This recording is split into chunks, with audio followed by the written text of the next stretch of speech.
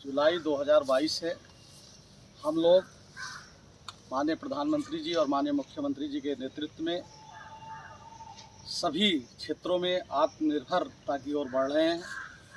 लेकिन विगत कुछ वर्षों से देखा जा रहा है कि कृषक जो है चारे के प्रबंधन में समुचित जानकारी न होने के कारण अपने गोवंश को छोड़ देते हैं और वो निराश्रित गोवंश की श्रेणी में आ जाता है।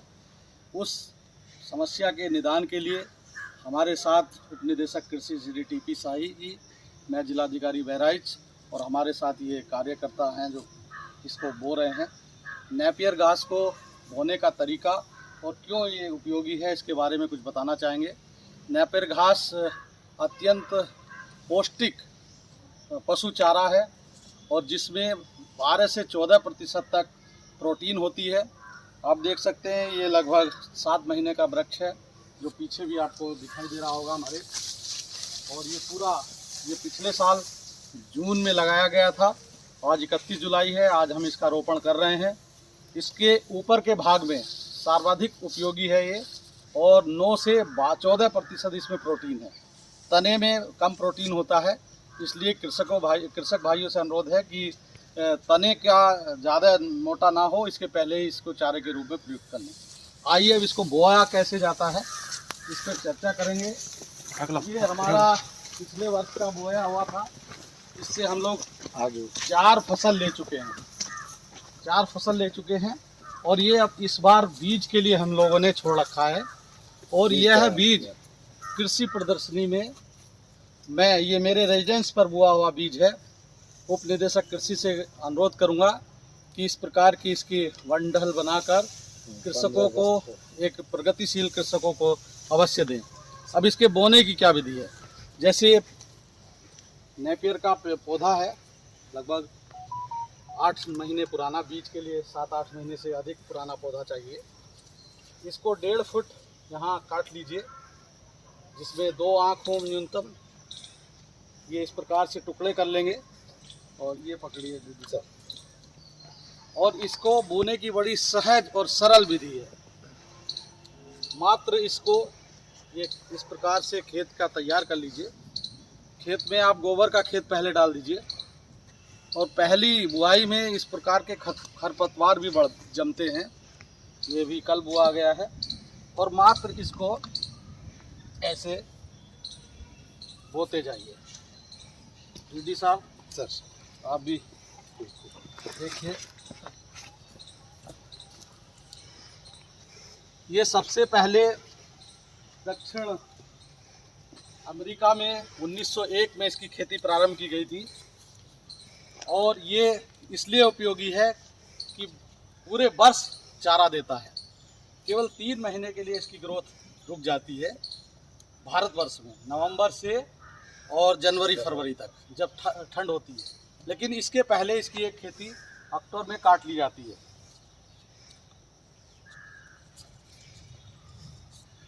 इसी के साथ साथ पूरे भारत में इसका शुरुआत 1912 से हुई है। लेकिन इसकी जानकारी के अभाव में कृषक इसकी ओर ज़्यादा आकर्षित नहीं थे और वह चरी, बाजरा इत्यादि ही बो रहे थे। मैं कृषक भाइयों से अनुरोध करूंगा कि ये 12मासी है और 4-5 वर्षों तक इसकी फसल होती है।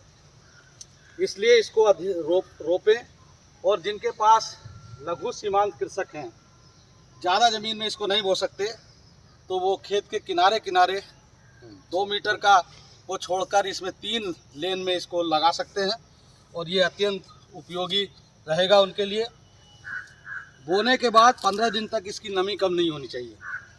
इसके बुआई का सर्वाधिक उपयुक्त समय ये वर्षा ऋतु का ही है, जिसमें विशेष रूप से जून जुलाई, और ये 75 दिन में इसकी खेती हो जाती है। जय हिंद, जय भारत। बताइए, तो आपने मोटर ग्लास को बिल्कुल कमाल का काम किया। आशीर्वाद थैंक यू। मैं आऊँगा, बाराई गलत जाऊँगा। नमस्कार जी, नमस्कार। एक रिक्वेस्ट और था सर, हमारा भाभी भी सड़क क्या है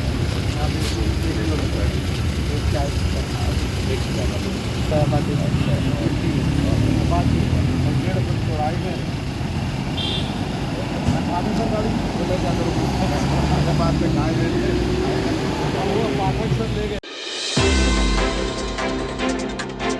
देश के प्रधानमंत्री नरेंद्र मोदी व प्रदेश के मुख्यमंत्री योगी आदित्यनाथ के आत्मनिर्भर देश व प्रदेश के संकल्प से प्रेरित होकर जिले को चारा विशेषकर हरा चारा प्रबंधन में आत्मनिर्भर बनाने के लिए डीएम डॉक्टर दिनेश चंद ने कैसरगंज के ग्राम कसेहरी बुजुर्ग के गाजीपुर फार्म पहुंचकर किसानों के साथ नेपियर घास के प्रदर्शन का अवलोकन करते हुए अपने से 4 अगस्त को बोई गई घास को खेत में फलता फूलता देखकर किसानों की भांति प्रसन्नता व्यक्त की। इस मामले पर डीएम ने कहा कि मुख्यमंत्री की प्रेरणा से संपूर्ण प्रदेश में गौ आश्रय स्थलों का संचालन कर उनमें गौवंशों को संरक्षित किया जा रहा है, जिसके लिए जरूरी है कि संरक्षित गौवंशों के लिए चारे विशेषकर पौष्टिक हरे चारे के प्रबंध में नेपियर घास मील का पत्थर साबित होगी। जिलाधिकारी डॉक्टर दिनेश चंद्र ने बताया कि नेपियर घास एक ऐसी घास है जिसको एक बार बोने से लगभग 4 से 5 वर्षों तक एक वर्ष में 3 से 4 बार कटाई भी की जा सकती है। डॉक्टर चंद्र ने कहा कि अक्सर जानकारी न होने पर किसान अपने पशुओं के हरे चारे का प्रबंधन न कर पाने के कारण पशुओं को आवारा छोड़ देते हैं, जिससे छुट्टा जानवरों की समस्या भी उत्पन्न हो जाती है। मेरे देश की धरती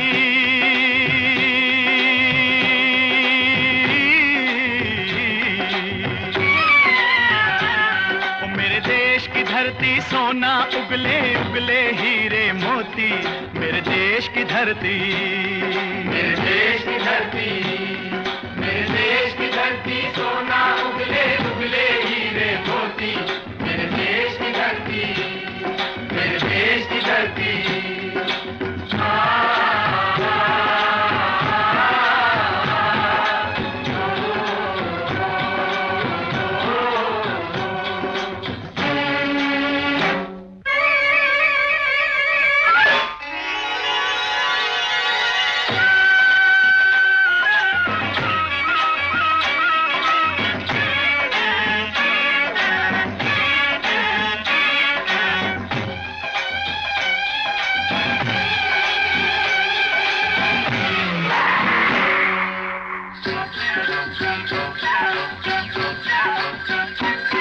बैलों के गले में जब घुंघरू जीवन का राग सुनाते हैं, जीवन का राग सुनाते हैं। गम को दूर हो जाता है, खुशियों के कमल मुस्काते हैं, खुशियों के कमल मुस्काते हैं।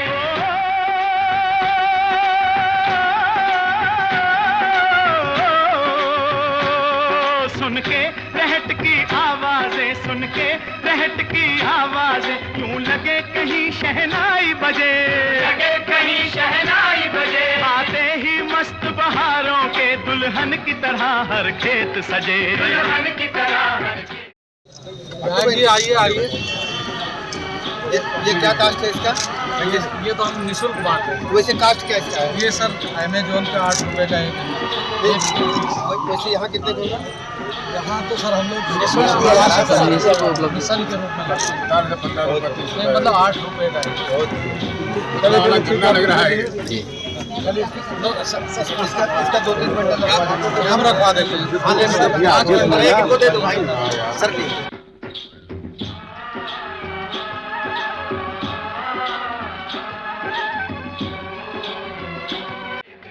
मेरे देश की धरती,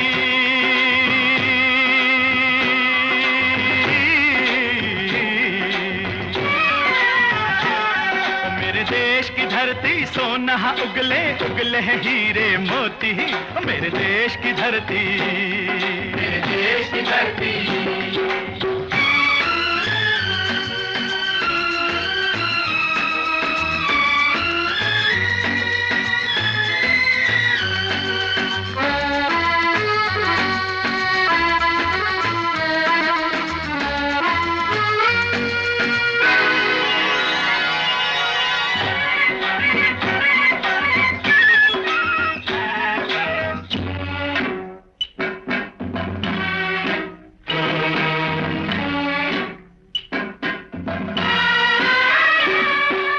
चलते हैं इस धरती पे हल ममता अंगड़ाइयाँ लेती है, अंगड़ाइयाँ लेती इस माटी को जो जीवन का सुख देती है, जो जीवन का सुख देती है।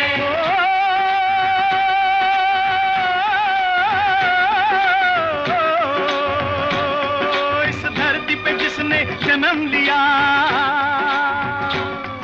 इस धरती पे जिसने जन्म लिया, उसने ही पाया प्यार तेरा, यहाँ अपना पराया कोई नहीं, यहाँ अपना पराया कोई नहीं है, सब पे माँ उपकार तेरा है, सब पे माँ उपकार तेरा। मेरे देश की धरती,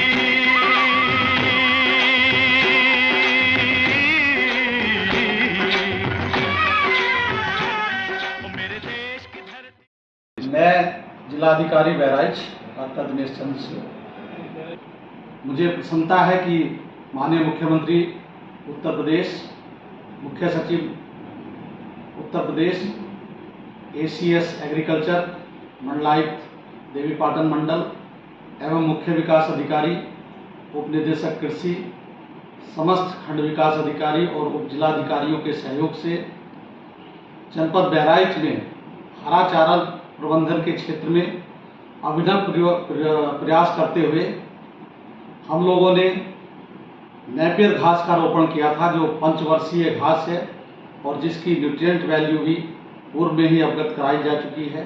साथ ही इस घास के विस्तार के लिए 1500 से अधिक कृषकों को हमने निःशुल्क घास का वितरण किया है, जिसकी समग्र क्षेत्र में प्रशंसा हुई है। जनपद स्तर के साथ साथ प्रदेश स्तर पर। साथ ही मैं अवगत कराना चाहूँगा कि इस अभिनव प्रयास को हमारे इलेक्ट्रॉनिक मीडिया और प्रिंट मीडिया ने भी सहयोग प्रदान किया है। इसको प्रसारित और प्रचारित करने के लिए सभी जनप्रतिनिधिगण ने इसमें सहयोग प्रदान किया है। आने वाले वर्ष में हम निश्चित रूप से कह सकते हैं कि नेपियर घास के माध्यम से हरा चारा प्रबंधन के लिए हम एक कारगर व्यवस्था बना सकेंगे और इसके क्षेत्र के विस्तार के लिए भी हमारे पास पर्याप्त मात्रा में बीज उपलब्ध होगा। इस कार्य को आगे बढ़ाने के लिए और सहयोग के लिए मैं सभी का हृदय से आभार व्यक्त करता हूँ। जय हिंद, जय भारत।